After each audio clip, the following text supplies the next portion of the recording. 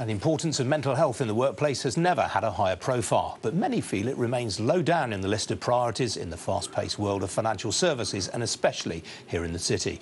Well, Quilter, which manages over £100 billion worth of investments for nearly 1 million customers, which was formed from Old Mutual, has implemented a well-being strategy focused on mental health that it calls Thrive. The chief executive is Paul Feeney. He's spoken of his own issues in the past with mental health, and he joins me now. Paul, very good afternoon to you. So you've said that mental health is the last taboo in the city. Why do you say that? I do believe it is. I think it's been a badge of dishonour to admit and open up to mental health issues in the city. It's such a competitive marketplace that people have felt that they can't talk about it. But it's ravaged many people in the city, including me down the years. It took me 3 decades to seek help. Really? I mean, how difficult was that? It was difficult, but finally you get to a point where the pain is greater than the silence. Yeah. And I don't want that to be true for my company. I want my company to be a place where it's okay not to be okay.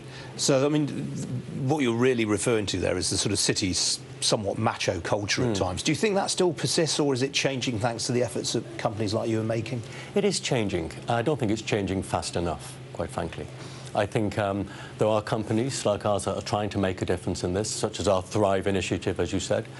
I set myself a personal goal to create an environment where our people can thrive, and that comes down to speaking about mental health issues, financial health issues, physical health issues, social well-being. I think it is changing, but I don't think it's rapid enough. Because there is a real connection. You mentioned financial health. There is a real connection between financial health and mental health. Oh, a huge connection between financial health and mental health. It's one of the main issues of stress and anxiety, panic attacks, not just in the city but across the country.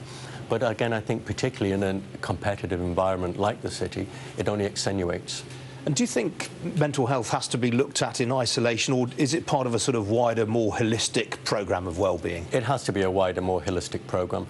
For us, it's about mental well-being, financial well-being, physical well-being and social well-being. So our Thrive programme looks at all 4 of those.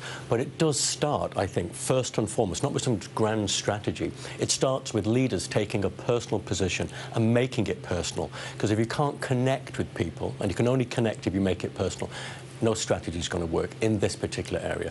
That's why we put out a thing called This Is Me, a series of videos about our story. So I led on that and put my story out there.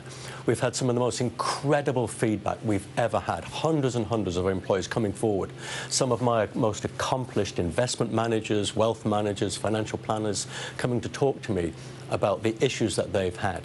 So I think it starts, first of all, with a personal commitment. But, I mean, how easy is it to ensure that there isn't some sort of trade-off between going hard on this issue and caring about this issue and not being relentless in performance? I think there is no link whatsoever between having a caring and supportive culture and competitiveness. If we think of the teams that are the best teams in the world, whether they're sports teams, business teams, whatever, they always have a supportive culture behind them.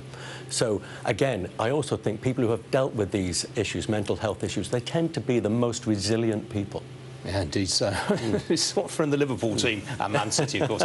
Paul Feeney, thanks very much. Thank you.